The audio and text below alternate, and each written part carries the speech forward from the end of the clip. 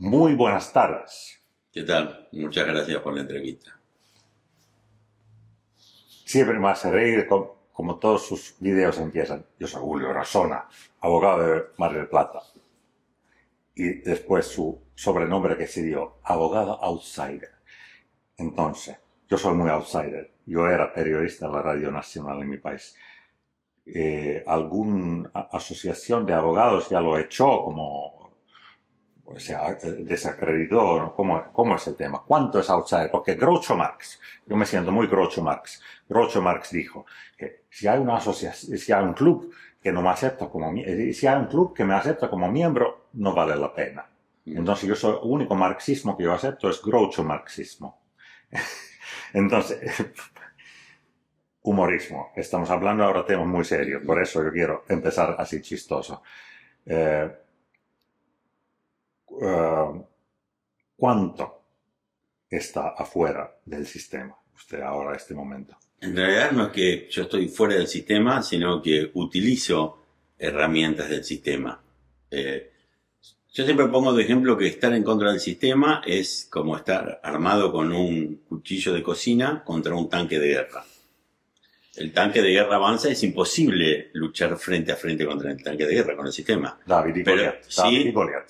Sí, claro, pero si uno tiene la habilidad, la inteligencia y la suspicacia para usar la fuerza del tanque, como un poco como es el aikido, el arte marcial, utilizar la fuerza del otro y los elementos del otro para atacarlo, bueno, ahí creo que esa es la llave de todo esto. Y yo me considero outsider porque yo creo en la soberanía individual. Esto no quiere decir que incumplo con todas las leyes, pero yo tengo la certeza, y bueno, después de muchos años de vividos en la profesión, en el deporte, en un montón de cuestiones, yo sé que la única salida es ser soberano de sí mismo. Y eso implica que no esperemos que llegue un Mesías que nos salve, que llegue un Salvador, que llegue un partido político que nos va a salvar la vida. Nosotros somos los responsables de nosotros mismos, de nuestros hijos, de nuestros afectos, y estamos legitimados nosotros individualmente para hacer cualquier tipo de acción en defensa de la vida, de la salud, de nuestros allegados. Es lo que técnicamente lo podríamos llamar legítima defensa. Nos podemos defender de una agresión física, ¿no? De un delincuente, de un robo, pero también nos podemos defender del Estado. Estamos legitimados para defendernos. Entonces, la concepción que yo tengo de outsider no es un loco que está en contra de todo, sino uno medio loco que utiliza herramientas del sistema y entra al sistema para tratar de derrumbar las cosas que nos hacen mal. O quizás volver un poco atrás a la ley natural y lo que era la intención cuando hicieron las constituciones y derechos humanos básicos, porque ahora se ve que todos estos conceptos y palabras se está extendiendo mucho, que es por ejemplo, bueno, vamos a esa locura después, pero alguien dice un pronombre falso, si tú quieres ser llamado ella, te van a hacer juicio para un pronombre equivocado. Bueno, pero eso es un detalle. Bueno, pero eso es parte del sistema. El sistema es el dominio a través del poder con las personas, el dominio por la fuerza, el dominio de la dialéctica, ¿no? Que nos imponen determinadas cuestiones. Yo creo que vivir con inteligencia para tener una vida plena es saber pararse en un lugar fuera del tanque de guerra que nos va a atropellar y saber utilizar algunos elementos de ellos como para tener una vida mejor y un futuro para las nuevas generaciones. Sí. Y yo ya estaba candidato con 5 partidos, no sé cuál era su recorrido por los partidos de Argentina. Pasó por... Yo fui candidato a intendente en esta ciudad, Mar del Plata, con un partido vecinalista de vecinos, sin políticos, sin un aparato político detrás. Sin partidos nacionales. Sin partidos nacionales, en forma individual. Y bueno, y tuve que enfrentar el sistema. Yo fui un candidato que tenía una muy alta intención de votos, que podría haber llegado a la intendencia, y un día antes de las elecciones, el voto con boletas de papel, nos robaron una camioneta con todas las boletas. yo estaba absolutamente enfrentado al sistema tradicional. Había organizado un partido político con el apoyo de 200 personas de Mar del Plata, personas de bien, muchos empresarios. Ninguno había tenido actividad política. A todos les había ido bien en la vida. Habíamos hecho un programa de gobierno fuera de lo tradicional, donde a cada persona con el principio que cada persona, si le fue bien en su vida particular, en la función pública sabían cómo hacer las cosas para ir bien. Y bueno, ahí sí me enfrenté al tanque. Ahí quise ingresar y no pude. Pero eso también me sirvió para darme cuenta que yo fui funcionario del Ministerio de Justicia varios años y siempre doné mi sueldo. Siempre yo lo doné. Estaba como procura. Yo fui contratado, yo soy criminólogo. Y bueno, me dediqué a hacer proyectos de ley, de política criminal. Bueno, mostrar a la cámara esto. Esto es del año pasado. Este sí, del año pasado. Sí, que cuenta algunos juicios muy interesantes de tu vida. Son 20 relatos del ejercicio profesional.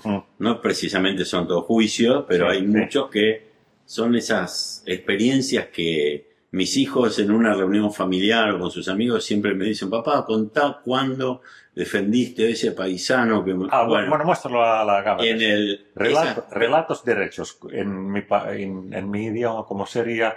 Oikeus tarinoita. Algo así. Oikeus es derecho y relato es tarina. Y son 20 de los que más me han pedido que los cuente. Hay algunos que son históricos, de hechos históricos en la historia judicial argentina, que yo tuve la suerte de participar en muchos de ellos a través de la investigación. Yo me he dedicado siempre a la investigación criminal. A la investigación criminal y a nuevas tecnologías, etcétera. Algunas de ellas están contados como desde esta cuestión un poco artesanal que tenemos la capacidad los abogados cuando defendemos, principalmente cuando defendemos a la víctima, cómo hemos hecho cosas para llegar a un buen resultado, desde lo anecdótico, desde operaciones que han hecho. Yo tuve un juicio muy trascendente en la Argentina, que fue el asesinato de una niña que fue violada por 3 policías, Natalia Melman, y logré que los condenen a perpetua a los 3 policías. ¿Aquí o en la provincia? Aquí en Mar del Plata. En Mar del Plata. Y bueno, y en uno de los relatos cuento cómo hice para sacarme la presión de las amenazas que me hacía la misma policía a mí, a mi grupo de investigadores.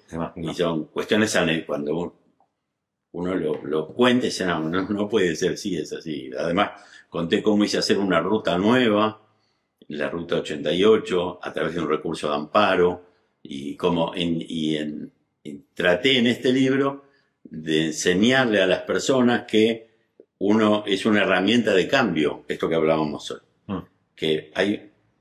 Yo siempre digo, hice una ruta nueva de 130 kilómetros, le llamaban la ruta de la muerte. Hice una acción de amparo contra el que era gobernador de la provincia, Daniel Scioli. Y yo dije, hice una ruta nueva con 6 hojas A4.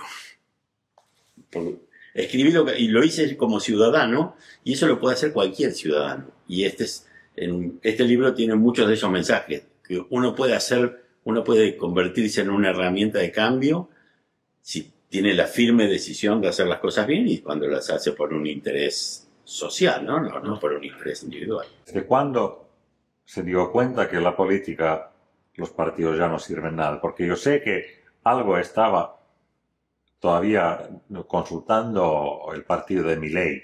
Sí, hace 2 años antes de la elección. Yo recibo muchas propuestas de los partidos políticos porque tengo muchos miles de seguidores en las redes sociales. Exacto. Y a todos les contesto lo mismo. Para mí la política es un servicio público, no es para enriquecerse. Yo quiero ganar dinero, ejerzo mi profesión. No, eso también. ¿Hasta cuándo estaba funcionario público trabajando para el Estado? No, yo fui contratado por el Estado, pero además ejercía mi profesión. Yo hice abogado privado. Como abogado privado, claro. Yo no era funcionario porque estaba contratado por el Estado. Hice un montón de proyectos de ley, que un día, si quieres, te los puedo Entonces, contar. híbrida. Claro. Trabajando para el Estado y para los privados. Claro, yo por eso no cobraba del Estado, cobraba de mi profesión. Digo, si uno es si el fin es dar un servicio público, yo creo que el servicio público que doy hoy jamás lo podría dar como funcionario. Yo tengo canales en las redes sociales como en Telegram, donde publico modelos para las personas, para la época de la pandemia, para que puedan circular, para que no vacunen a sus hijos contra el COVID, para que no participen en clases de educación sexual integral, y hago modelos a medida que la gente, yo escucho los requerimientos que me llaman muchas personas, y cuando veo que hay un interés en algo, hago el modelo y gratuitamente se lo entrego a todo el mundo para que cada uno sea responsable de cambio, lo que te decía hoy, ¿no? Exacto, así te conocí, porque, mira, hace 3 años yo entendía mucho menos de este país y el sistema. Y acá soy de provincia, soy ahí detrás de la esquina, 100 kilómetros. Y bueno, en Gesell la gente después dice, este abogado de la zona que pone estos modelos, que tenemos que hacer esto. Y bueno, así te conocí. Y bueno, en Gesell, esa era mi grande desilusión, ahora tengo que contarte. Yo pensaba que el argentino va a ser cacerolazo para cualquier violación, porque nunca más dictadura, nada más. Y después pasa esto, del 2020, y los argentinos, ovejas, sumisos, no hicieron nada. Y ahora, ¿qué pasa aquí? ¿Dónde está el cacerolazo? Nosotros tuvimos un intendente que fue en su jeep, en su camioneta, con megáfono, a sus casas, cuídense, quedamos en casa. Y si la provincia o la nación pidió toque de queda a las 17, no, para Barrera no era suficiente 17, no, toque de queda a las 15. Bueno, pero era una primavera, no, era un otoño lindo como ahora. Nosotros hicimos en Mar del Plata, en esta ciudad, en plena restricción de las personas, en pleno encierro, nosotros nos reuníamos en Plaza España, que está en la calle, en la Avenida Libertad y la Costa. Hicimos un grupo que se llamaba Sentido Común, que no usábamos barbijo, no usábamos alcohol, tomábamos mate y nos convidábamos el mate. Y llegó a ser un grupo, fue tan grande el éxito que tuvimos, no haciéndole caso al poder. ¿Y no te arrestaron? No. Ninguna vez. No, las veces que... En Gesell me arrestaron 2 veces. Una pila de mis amigos en Finlandia, cuando hicieron protestas similares, en Helsinki, capital de Finlandia, se pusieron en cana un día, una noche. Claro, estas no eran protestas, estas eran como tardes de picnic, de recreación. Igual, en Finlandia pusieron que reunión de personas, 6 personas o 10 personas, protesta de 10 personas. Pero sin embargo, vino la policía y puso gente en... Bueno, yo te cuento cómo hice para solucionarlo. Sí.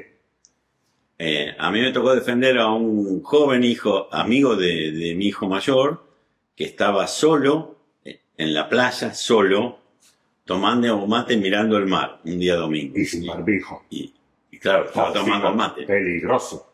Bueno, llegó la policía, fue filmado por la policía como modelo y le pegaron, le rompieron su teléfono y bueno, yo lo defendí. Y fui a la policía a hablar con la policía y les dije lo siguiente. Ustedes, esto es ilegal lo que ustedes hicieron, porque un DNU, un decreto de necesidad de urgencia, que son en los que se fundaban estas tareas represivas, no puede estar referido con secuelas penales. No puede estar, no se puede dictar un DNU que implique sanciones penales como estos. Es nulo, es inconstitucional. Entonces digo, ustedes lo detuvieron en base a ese DNU. Yo los voy a denunciar a ustedes, policías, por eso, y a ustedes los van a echar, porque cuando le pregunten a su jefe, al comisario, por qué hicieron esto, el comisario no va a decir, yo apliqué un DNU inconstitucional. Los van a echar a ustedes. Y ustedes son tan víctimas como nosotros, porque ustedes se van a quedar sin trabajo. Bueno, la cuestión es que les lavé el cerebro y a partir de ahí no hubo más represión en Mar del Plata.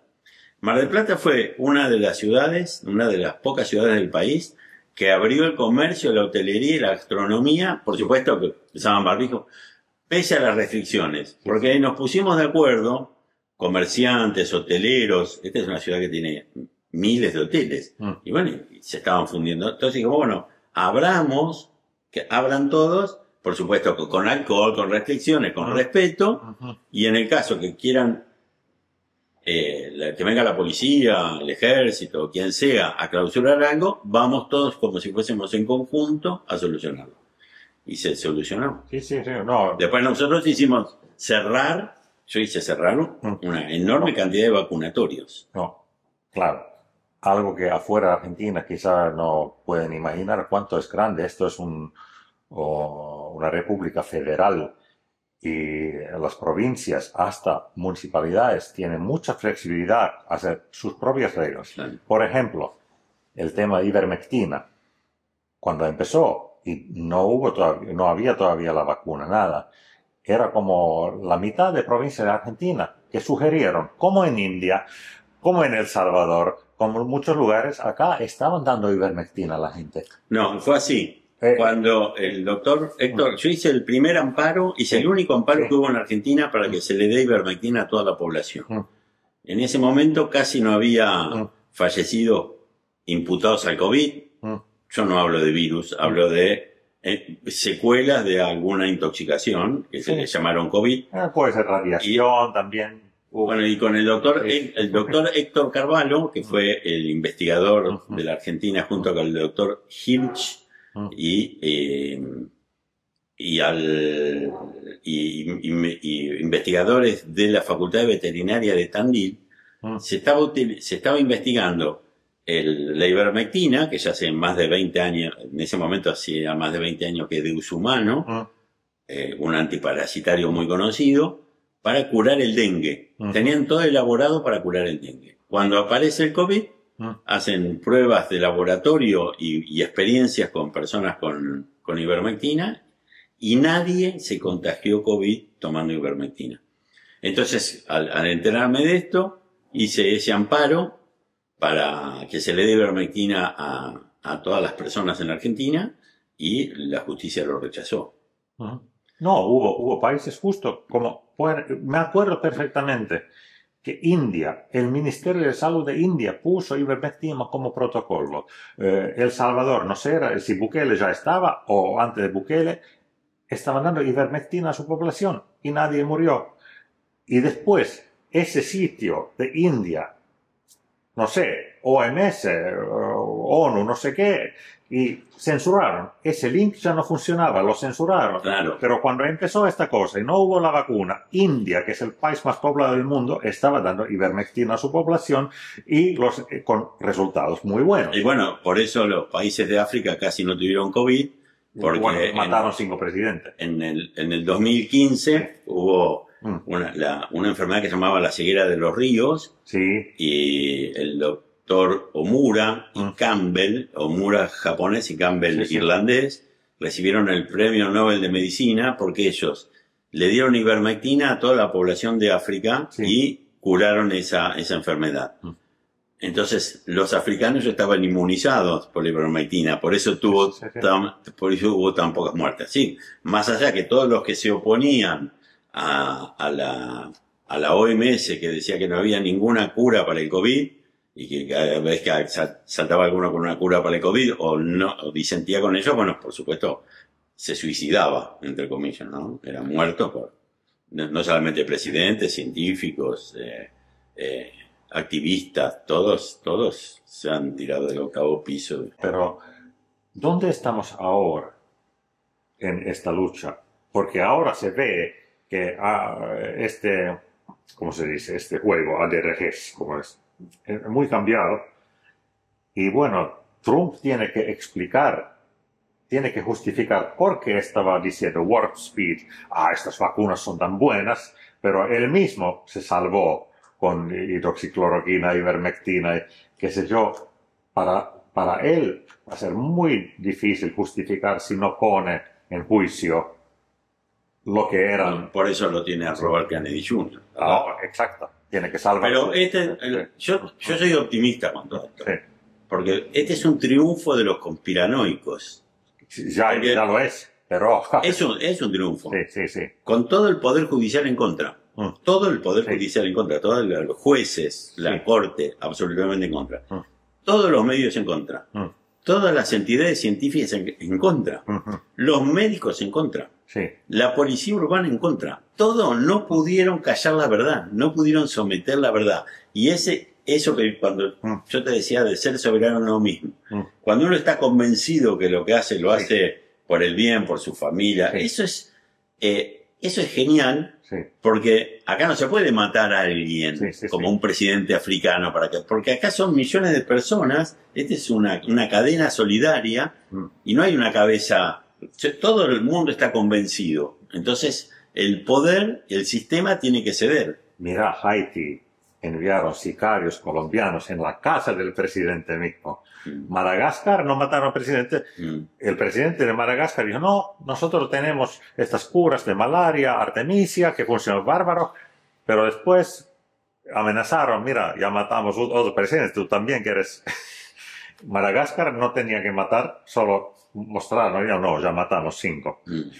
Cuando después intentaron primero con viruela de mono y después vino la gripe aviaria y era esta amenaza que tú no puedes ir a la playa y no puedes comer pollo y especialmente acá en Mar del Plata que ahora hay lobos marinos muertos y después vos deciste que el problema de lobos marinos muertos no es una gripe aviaria, es el inquinamiento del puerto de Mar del Plata y todos los tóxicos que la industria está botando. Esto me dio mucha impresión. Claro. Yo tengo hace 15 años que tengo una causa por contaminación ambiental en el puerto. Hemos hecho en el puerto de Mar del Plata. Mar del Plata es una ciudad portuaria con un puerto cerrado. ¿Cuál es peor, este o Riachuelo de Buenos Aires?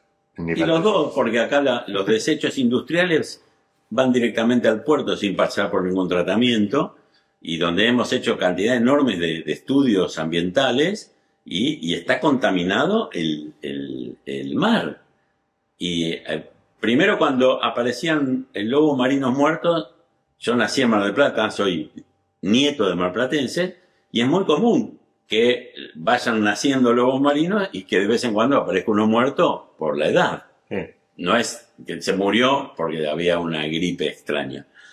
Y además, con la contaminación terrible del puerto, lo natural es que, pese a que han hecho anticuerpos de estar nadando ahí entre el aceite quemado, los desechos industriales, eso se debió a eso. Y en ese momento, cuando intentaron otra histeria de gripe aviaria, me acuerdo que desde Buenos Aires ordenaron de matar, no sé, 1 millón de pollos, no sé en qué provincia, pero después las autoridades locales lograron parar eso, diciendo que ¿dónde está la prueba que hay una gripe aviaria? Claro, no, porque en Entre Ríos habían falseado la prueba, habían hecho un test falso. Los dueños de la empresa avícola mandaron a hacer los test y demostraron que no tenían nada. Intentaron matar 1 millón de pollos solo para alimentar esta histeria, que ahora tenemos ya otra pandemia. Lo que pasa es que cuando uno es consciente que quieren el factor común denominador siempre es el miedo. El miedo a algo, el miedo a la muerte,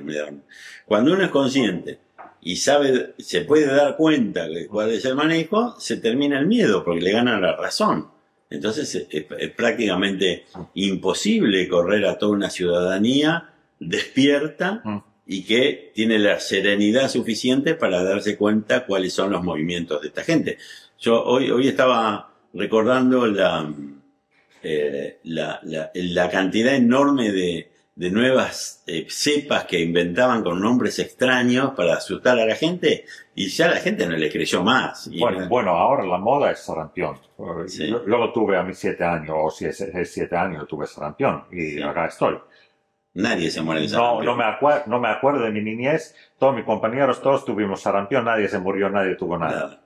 Entonces, nosotros tenemos la suerte de tener nuestras defensas. La mejor vacuna son nuestro sistema inmunológico. Ante cualquier agresión, el sistema funciona. Yo casi todos los días le dedico un tiempo bastante grande a que en la Argentina se derogue la ley de vacunación compulsiva y obligatoria para los niños. Compulsiva y obligatoria. Se le dan 55 vacunas a los niños desde que nacen. La Argentina tiene un sistema sanitario similar al de los peores países comunistas y de imposición, donde se vacuna a un bebé recién nacido contra la hepatitis B, que es una enfermedad de transmisión sexual, y estas vacunas que hemos analizado junto con Lorena Di Blasi y Marcela Sangorrini el contenido de estas vacunas, el contenido biotecnológico, contienen 12 veces más aluminio que el que puede soportar un bebé. 12 veces más. Que genera una cantidad enorme de enfermedades como el autismo, que es la más renombrada, pero una enfermedad enorme, y muchísimas veces genera enfermos de por vida, que van a ser clientes de las empresas farmacéuticas y se aseguran una clientela permanente. Nosotros estamos abocados a que se derogue la obligatoriedad, es compulsiva, es por la fuerza. Una persona que no quiere vacunar a sus hijos en la Argentina cuando son bebés, salvo que nosotros, bueno, frente al tanque que es el sistema, buscamos determinadas cuestiones administrativas y legales para no vacunarlos, pero el 99% de la gente lleva a su hijo a vacunar y le está asegurando una futura intoxicación medicamentosa que corre riesgo la vida de ese niño o va a terminar siendo un enfermo permanente. Bueno, no, la cosa muy positiva que esta cosa ahora mainstream, ahora Robert RFK Jr. está hablando justo de ese altísimo aluminio, ese es un detalle muy importante.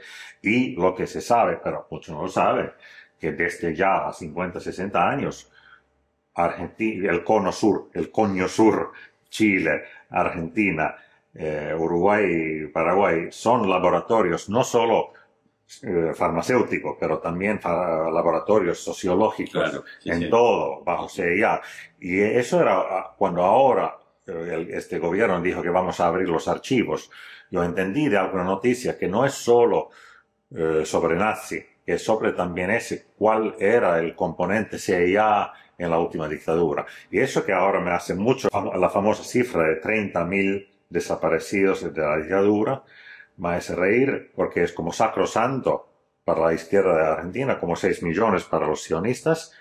En mi país, la guerra civil en 1918, que era una extensión de revolución bolchevista, finlandeses entre ellos en 5 meses mataron 30.000.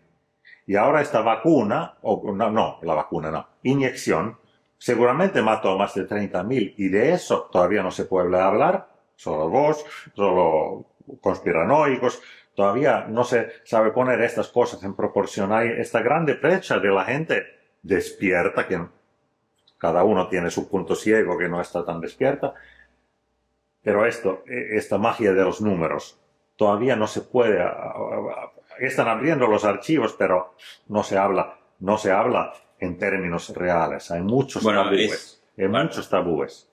Yo está en trámite una denuncia penal que hice por envenenamiento, en la que denuncié a los 7 responsables de las empresas farmacéuticas extranjeras, a los funcionarios públicos de la Argentina que no investigaron el contenido de estas inyecciones, a los responsables de los vacunatorios que no advertían a las personas que esto era un experimento y que tenían que firmar un consentimiento informado, bueno, a comunicadores y otras más.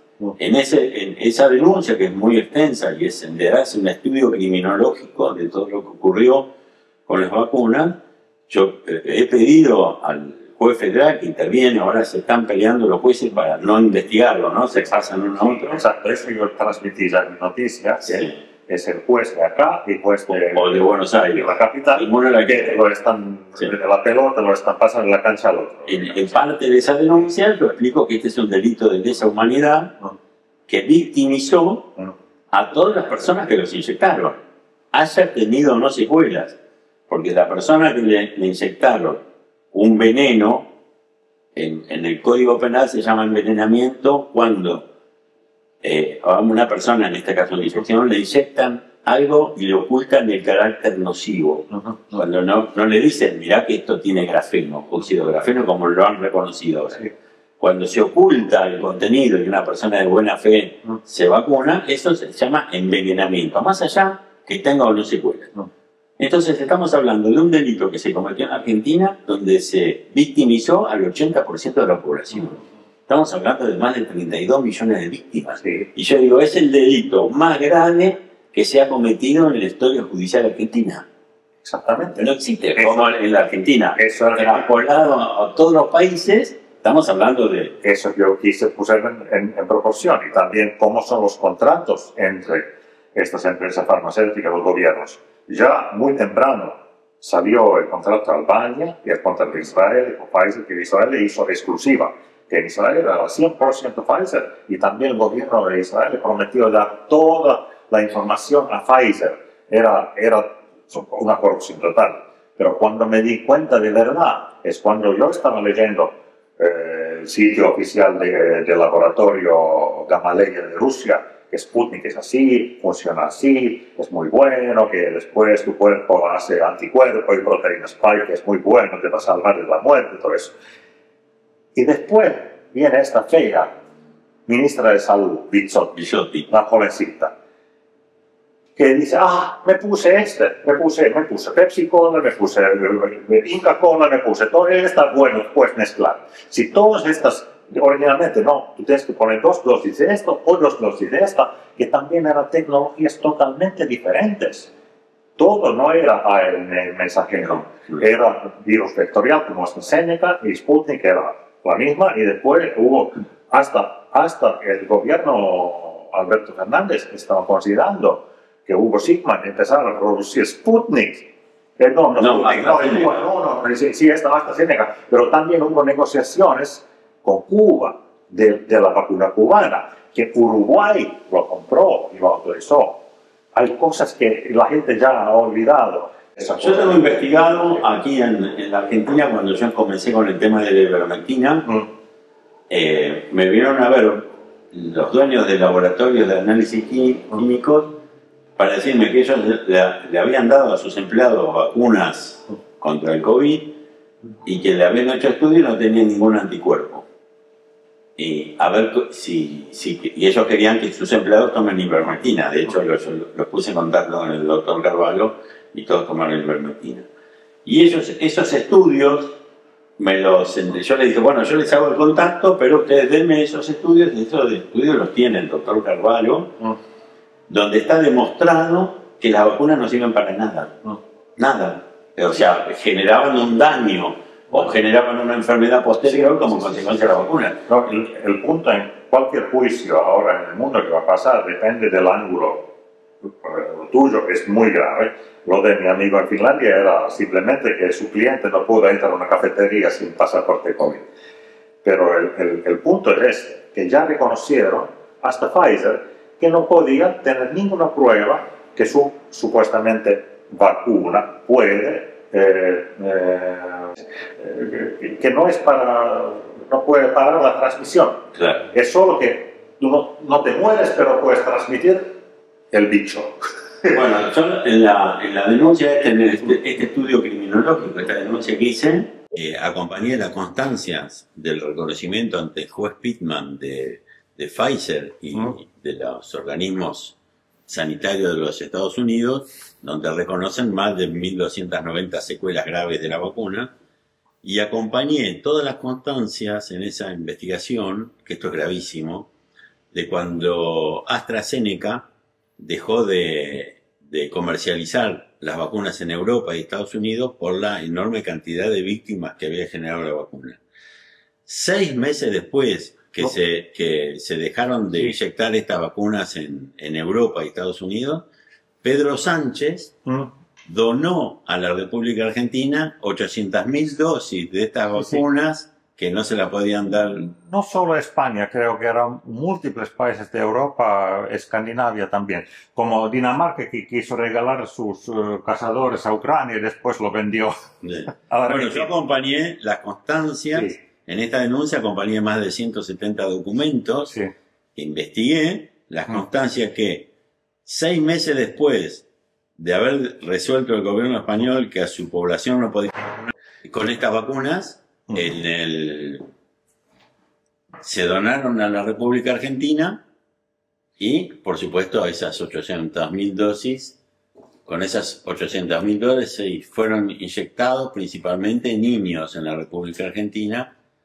De ahí a los juicios que iniciamos para que se suspenda la vacunación, pero... Y viste que era justo, que AstraZeneca especialmente era lo más grave para justo los problemas cardíacos, cardiomiopatía y todo eso, pero lo prohibieron a los menores de 60 años. No importa de los viejos, pero eso, AstraZeneca para América Latina está bien. Claro. Eso que pasó. Eso Sí, que pasó. claro, claro. Sí, Sí, sí, y acá, y además la recomendaban para niños. sí.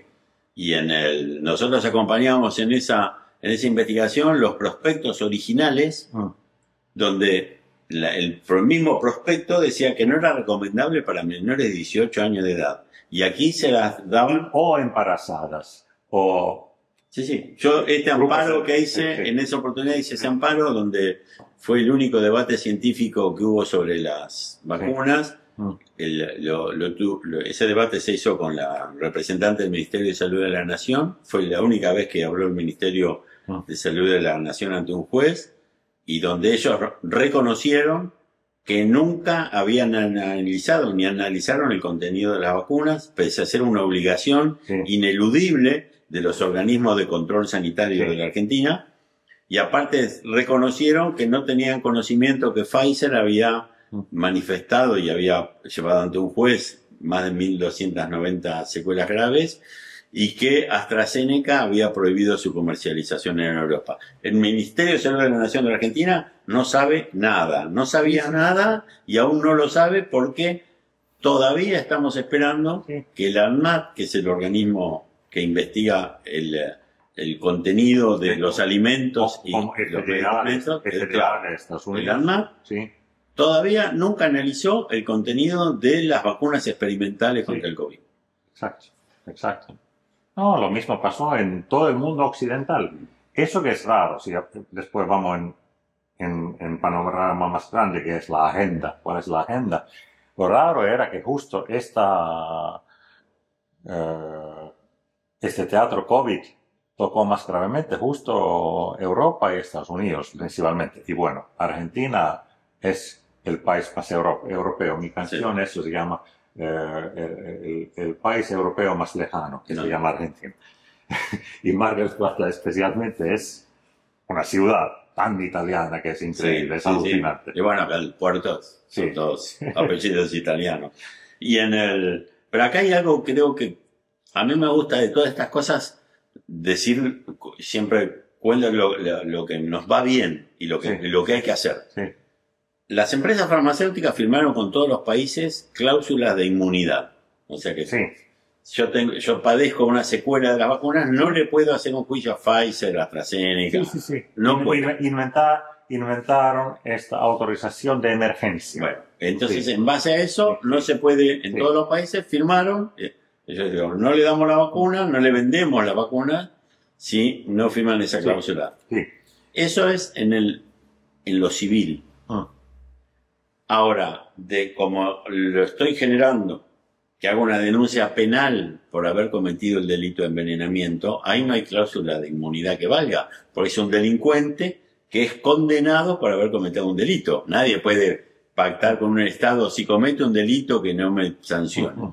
Entonces, a partir de cuando hablábamos del tanque de guerra, como yo no le puedo hacer un juicio a una empresa farmacéutica porque el Estado no me lo permite, pero sí me permite hacer condenar a los responsables. Y como víctima de ese delito tengo derecho a una indemnización. Así que era una forma de esquivar el tanque, es una forma que... Ahí vamos justo en el tema. Los políticos y los funcionarios públicos, como justo jefes del ANMAT, los que son ministros de salud nacionales, provinciales. Y eso era un paso, lo que yo ya puse subtítulos que era muy interesante, que el juez de Comodoro Pi en Buenos Aires dijo que hay que investigar las responsabilidades de autoridades locales en eso. Porque justo hubo los videos que la vacuna de Pfizer, venía con prospectiva, pero todo blanco. Una pila de videos de eso que sí hubo prospectiva. Pero en esa situación, ¿cómo un médico responsable, digamos, de una municipalidad puede ni saber si viene toda esta amenaza que tiene que poner eso porque ahora todos van a morir si tú no obligan eso? Y si después tú eres un jefe médico, digamos, Mar del Plata, y después tú tienes esta cosa, ni sabes cuáles son los componentes. Eso es muy importante, eso lo resolvió el juez Sebastián Ramos, juez federal de Buenos Aires, cuando el juez de Mar del Plata le manda esta causa tan importante, se la manda a él y dice, no, esto se tiene que investigar en Mar del Plata porque hay una responsabilidad de los funcionarios municipales, de la Secretaría de Salud Municipal, porque ellos eran el organismo de control que se cumplan con todas estas normas. Hay un grupo enorme de leyes que obligaban a una persona que se iba a hacer parte de un experimento, a hacerle primero un estudio clínico, una anamnesis, hacerle firmar un consentimiento informado, ponerse a disposición por si tenía una secuela. Todo eso que no se cumplió, el juez Ramos dijo que es responsabilidad de no haber sido controlado por los municipios.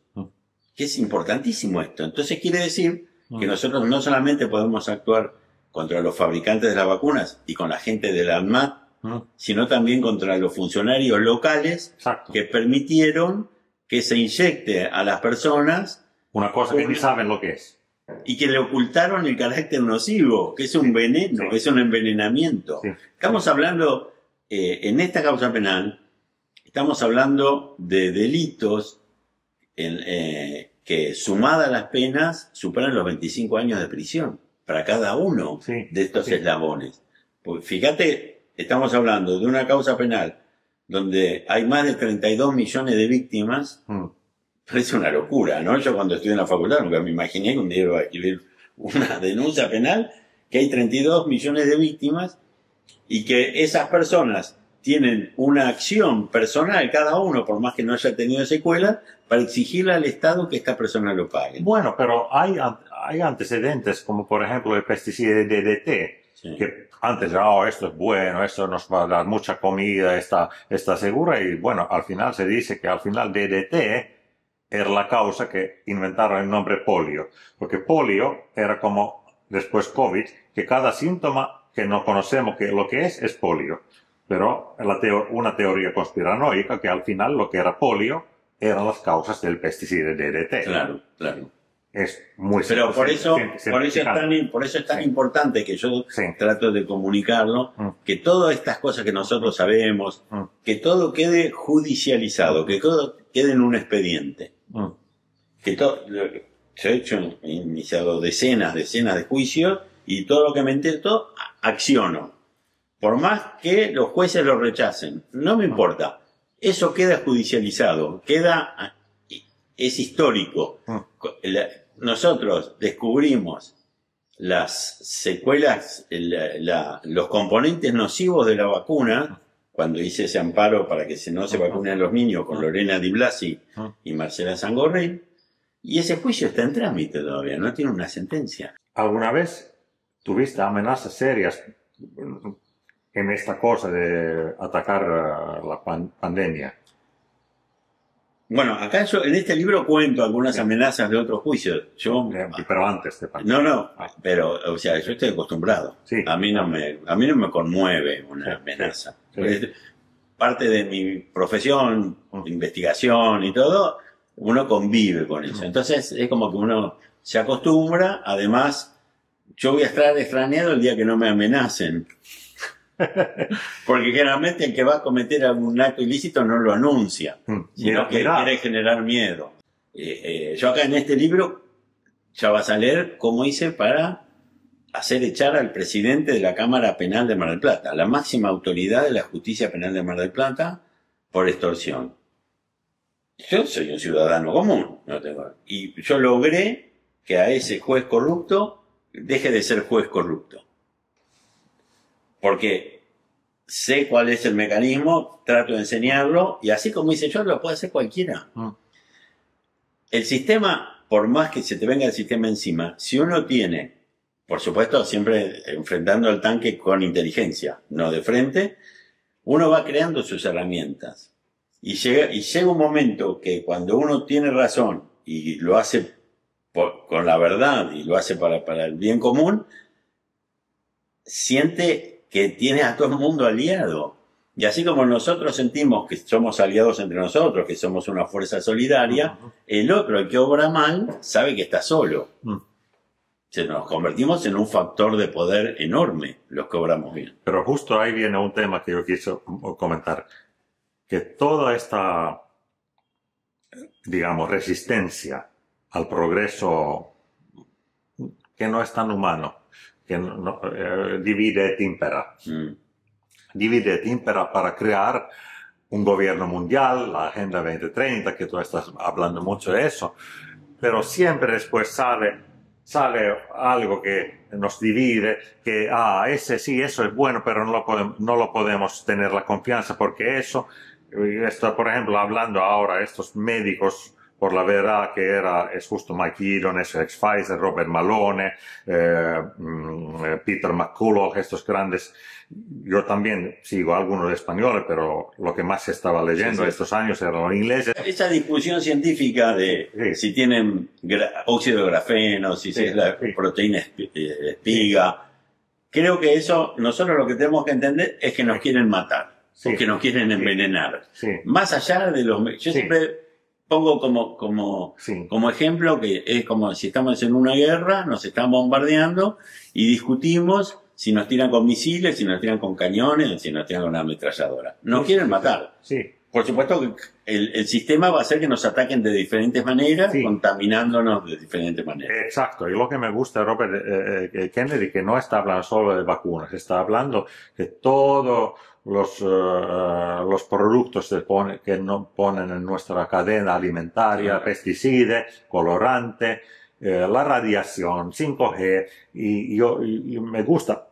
Todavía yo tengo gente que está contra de mayor parte de la agenda, pero dice, no, esta chemtrail no existe, no es una mentira. ¿Cómo puede ser que si ahora la mitad de estados de Estados Unidos lo están prohibiendo, una cosa que no existe, que es una conspiranoia? En televisión del estado de mi país viene un meteorólogo diciendo que no, son 30, 40 países en el mundo que desde décadas están modificando el clima, que ponen químicos en el aire. Pero todavía hay gente que no lo hacen. Es muy difícil, ahora cuando la gente cierra cierra, no, esto es ciencia, no puedo abrir mi mente, no, tú eres loco, tú eres conspiranoico. Es muy difícil, no sé cómo.